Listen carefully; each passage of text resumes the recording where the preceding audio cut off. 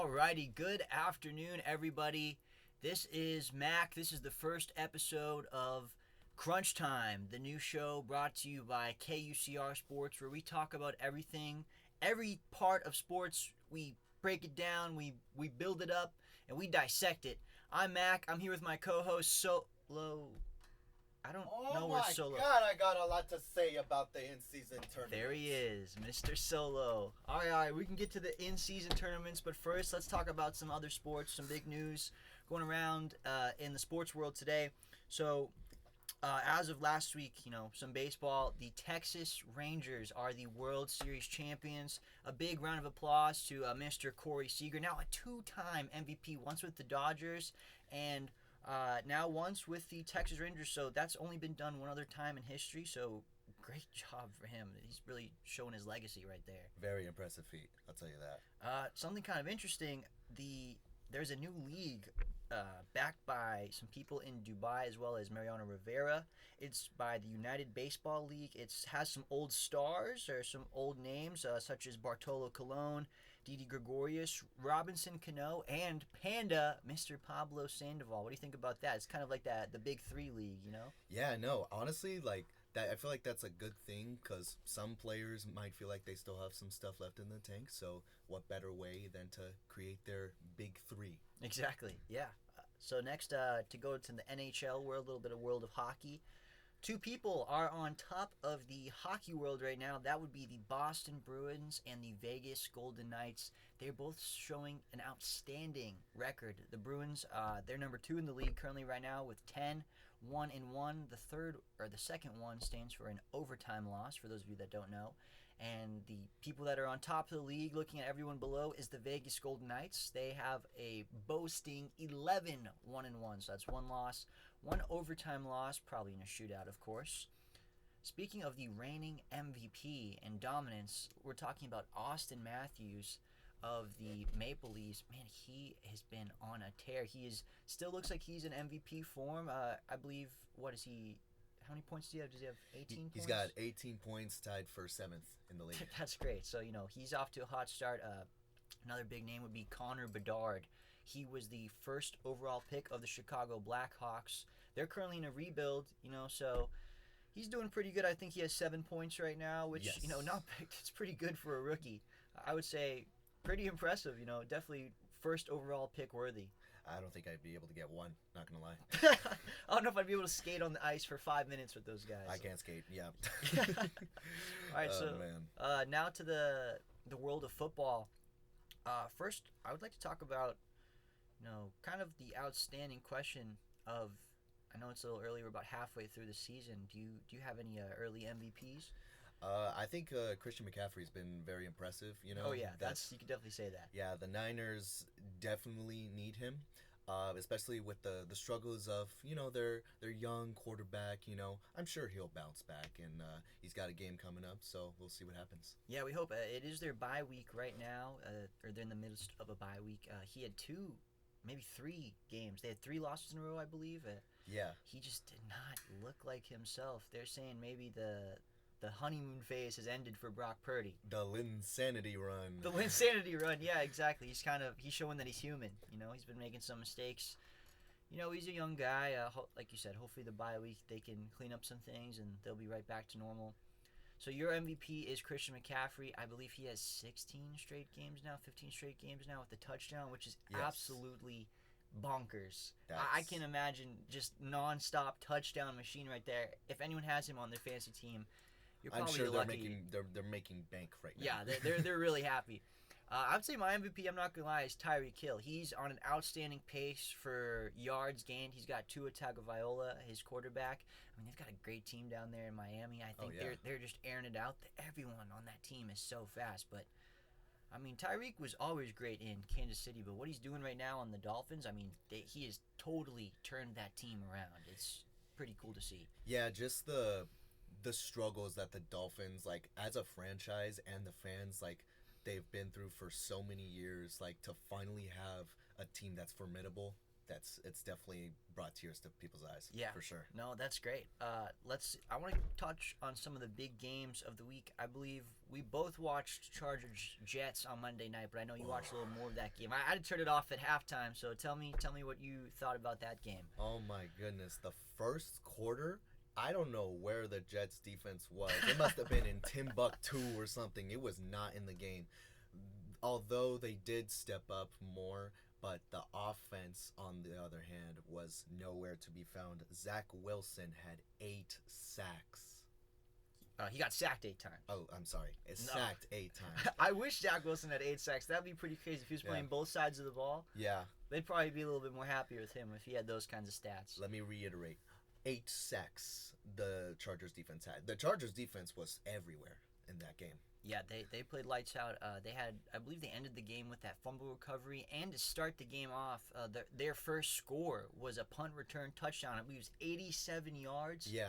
I mean, my guy took it to the crib on that one. He was trying to get the pineapples to Hawaii. He was running that ball. So that was pretty impressive, especially with the Chargers. On paper, they seem like a great team. They seem like they have it all. They have the weapons with Austin Eckler. They have a great receiver and Keenan Allen. Unfortunately, Mike Williams is out, but I believe it's the rookie that's been trying to step up in that role. But and with Herbert and his injuries, and they've got a great defense with Joey Bosa and Khalil Mack on the other side of them. I mean, you can keep naming names.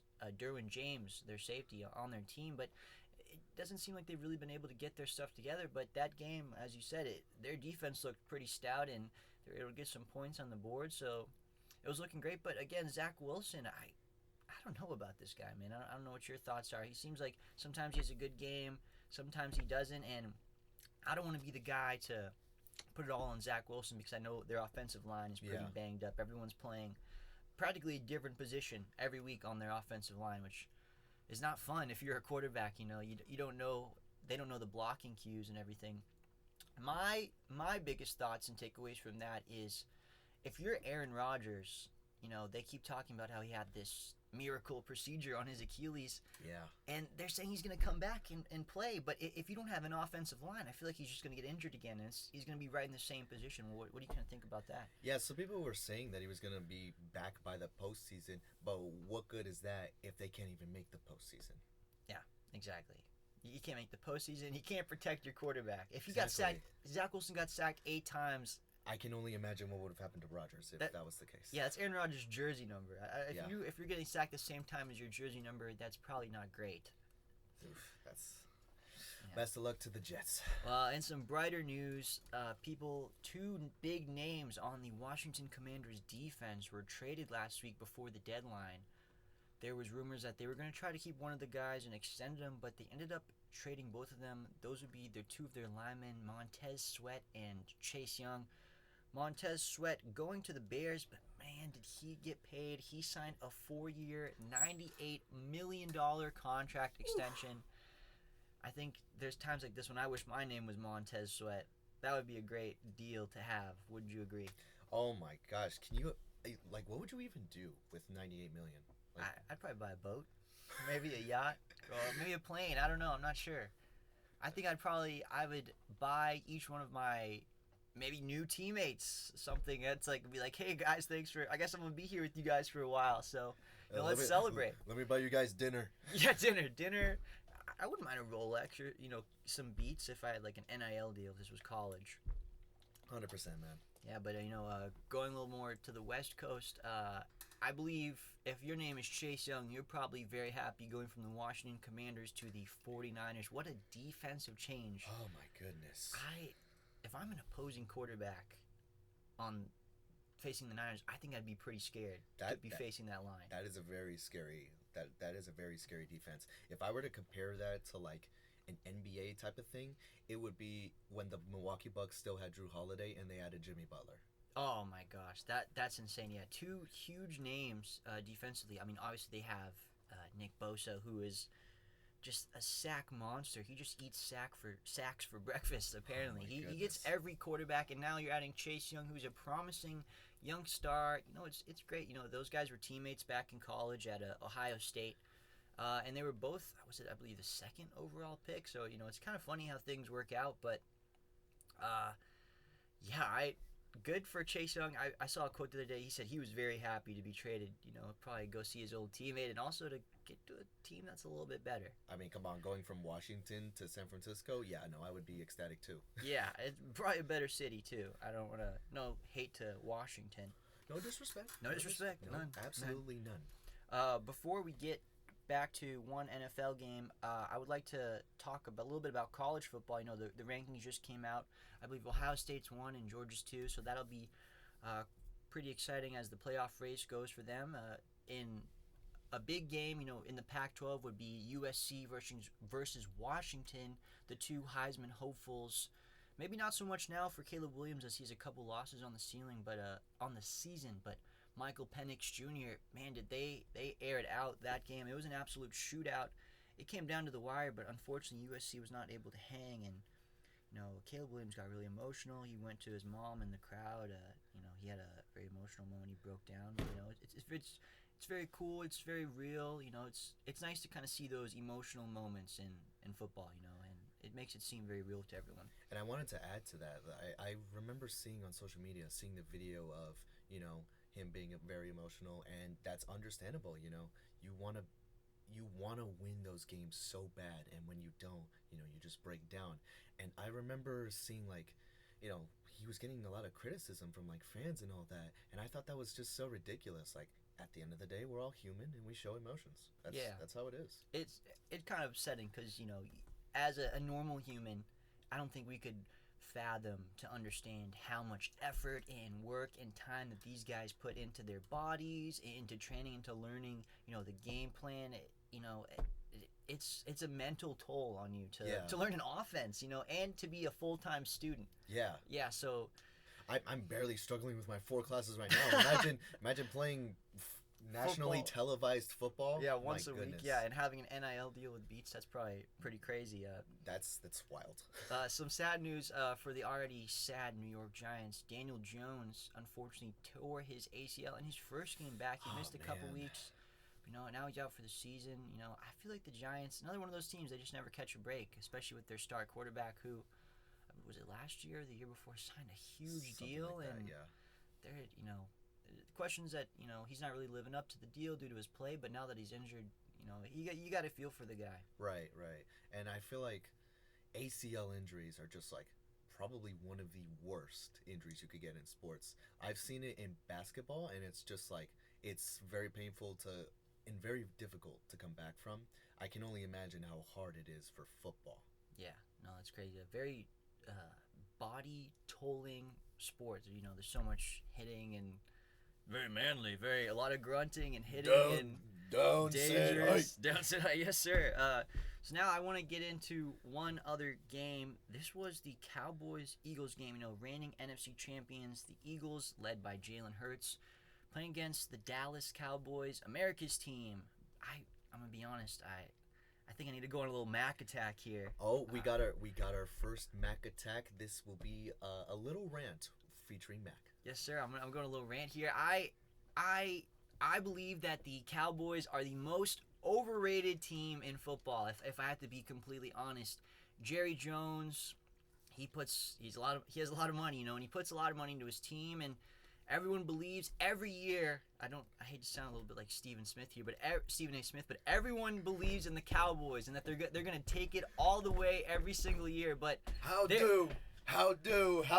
them Cowboys? How about them Cowboys?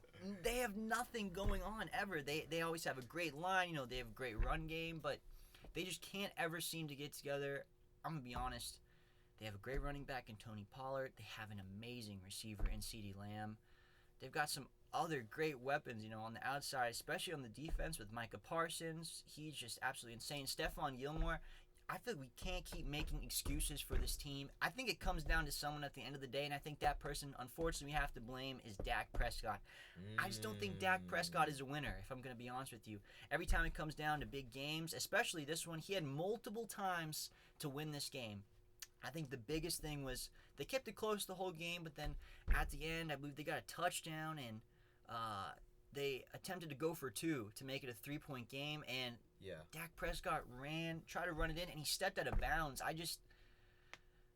In a moment like that, I think that's just kind of one of the things that separates the winners from the losers, the people that have the biggest legacy in NFL and any kind of sports, and in every big moment that Dak Prescott has been put up to, and it's just disappointing to see that he has failed in every big moment and every big chance that he's gotten, whether it be a playoff game or a simple, Sunday night, Monday night football game. He's constantly losing these big, important games that he really needs to showcase his skills to take the Cowboys to that next step to, in my opinion, to really be a contender. I don't know if you can call them a contender if they don't even make the playoffs every year. But yeah, that's all I have to say about that. I think Dak Prescott's a choker. But so now after I'm done with my rant, let's get into basketball. The NBA is back in season. I can't tell you how I'm excited. It is my favorite sport. I'm sure you're just as excited as me. I'm very excited. Why don't we what goes on. why don't we stand up for a second, show off our jersey? So you can go first. You're wearing You're sporting a LeBron James. Yeah, I got the jersey. This was the 2022 season, Russell Westbrook's first season on the Lakers, and needless to say, I really do like the style of it. Unfortunately, the team was not very good. It was very, very trash. We had DeAndre Jordan as our starting center. It was dark times. 36-year-old DeAndre Jordan is a starting center. Yes, oh boy. Not Lob City anymore. I'm wearing a little throwback right now. I'm repping some Arizona gear. I got a Diamondbacks hat on. Rip the Diamondbacks. They lost the World Series, but great run. Corbin Carroll, Rookie of the Year, I believe. I'm wearing a Steve Nash jersey, from the Suns, big 1-3, the 7-second offense. I'm a big fan of Steve, Yeah, man. just a great basketball player all around. A couple things I think we want to talk about. I believe you wanted to start off with talking about James Harden. Oof, James Harden. I tell you, this guy has been traded to his, I want to say, fourth team in 3 years. 2020, late 2020, he was on the Rockets, then got traded to the Nets, and then the Sixers, and now he's on the Clippers. And lo and behold, he played his first game with the Clippers, and they lost to the Knicks. And I knew something like this was going to happen, because it's like, now they have 4 ball-dominant guys on that team, and there's only 1 ball. Yeah. Like, the only one that can play off ball, like, at all is Paul George. Yeah. But apart from him, like, Kawhi doesn't really do that. Russell Westbrook definitely doesn't do that. And James Harden sometimes pouts. He forgot how to do that, I believe. He forgot, yes. And it's just like, unless Tyronn Lue can figure out some sort of play that optimizes all of them, I don't see them being that much of a threat. Yeah.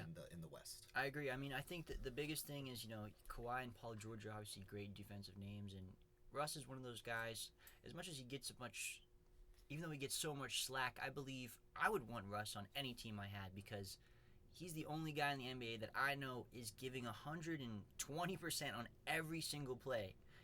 Even if maybe he's not a starter, and maybe he's not giving the points, but just to have that kind of veteran presence on your team, someone that wants to win and is willing to put their body on the line, do anything they can to win. That's a guy I would want on my team in my corner. But with James Harden, I believe they gave up a lot of defense.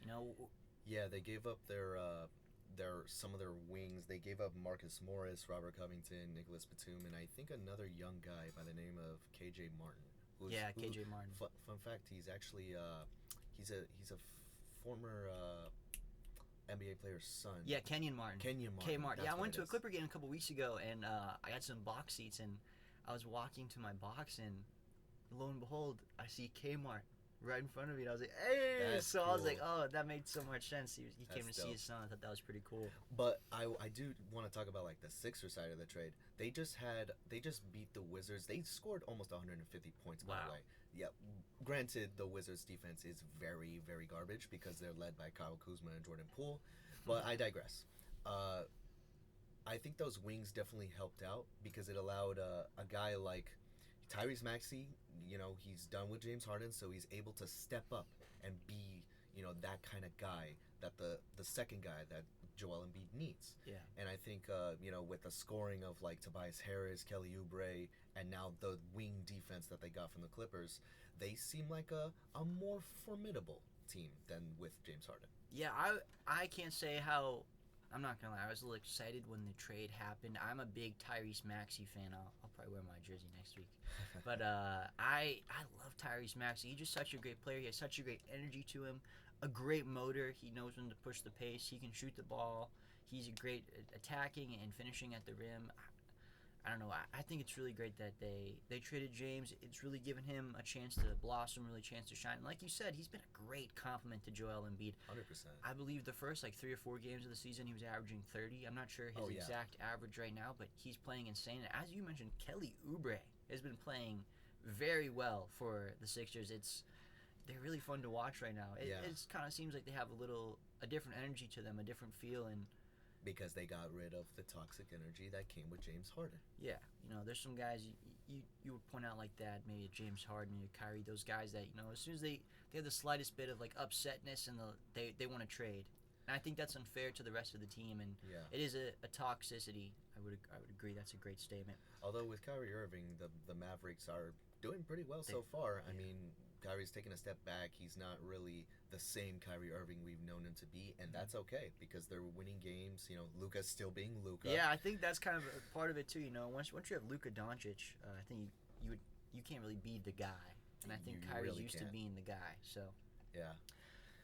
Speaking about the Sixers and Joel Embiid, playing insane, reigning MVP. Who was your early MVPs for the season? I gotta go with Jokic.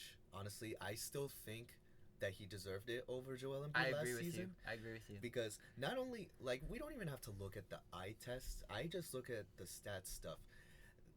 The Nuggets without Jokic were a worse team than the Sixers without Embiid. Yeah. And it was just like, I don't understand. It's voters fatigue. That's all you can really say.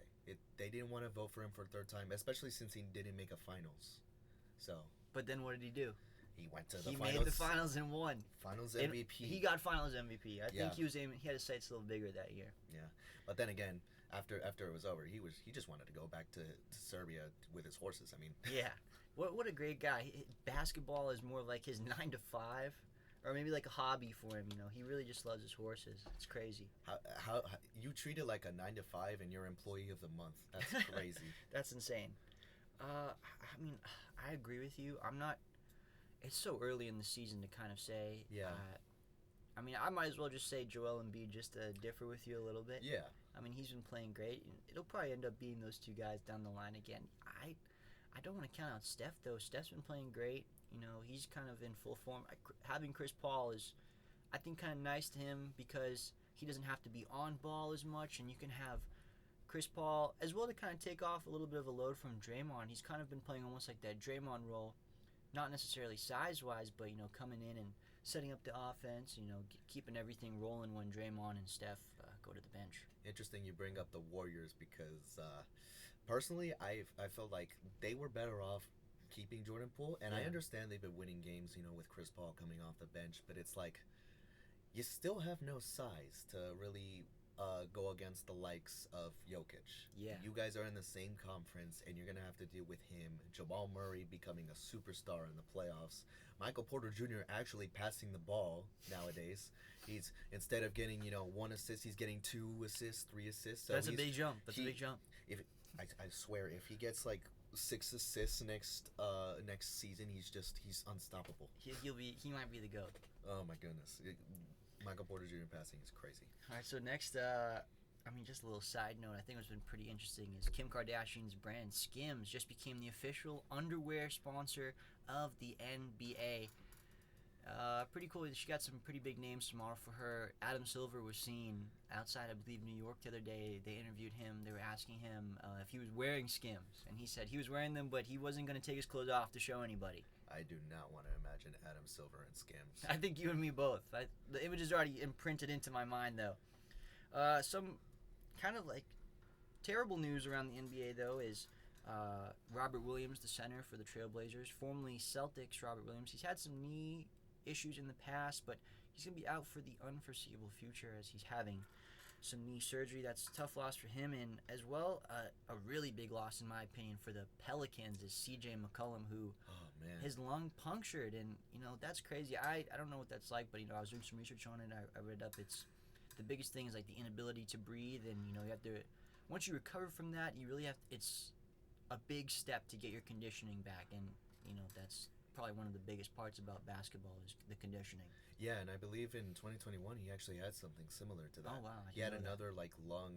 I don't know if it was the same thing, a lung puncture, but it's gonna be interesting to seeing his recovery process. I wish all the best for him. I do hope he does come back because he's not only is he a very important piece to the Pelicans, he's also like very important in terms of like being a voice for NBA players. Yes, he's been very active, and he's part of the. I believe he's the president of the NBA Basketball Players Association. So he has a very big role. Yeah. Some things about the rookies. I believe the NBA just released their rookie race. The top two, I believe it was Victor Wembanyama, Chet Holmgren, and then 3 is Ausar Thompson. Ausar Thompson's been playing really great. He hasn't been really scoring a lot, but I would say he's been doing everything else on the stat sheet: blocking, rebounding, stealing. I think he was a steal for was it the Pistons? I believe. He's on the Pistons. Yeah. I wouldn't really say still. It was like he was the 5th pick. Yeah. But I think the reason he's not higher on the list is just because his shooting hasn't really been that great. Yeah. But I'm sure he'll get to that point. He'll go up in efficiency. But one thing that did surprise me is that Brandon Miller has been like very solid for the Hornets, and it's like people were saying that they should have chosen Scoot Henderson, who by the way is not doing that well for his rookie season. Not playing that great. But the two towers, Wembanyama and Holmgren, have been playing great. Wemby had almost 50 or 40 the other night against the Suns. Yeah. Wow, what a game by him. I do want to mention also the 5th guy on this list, Derek Lively, the starting center for the Mavericks.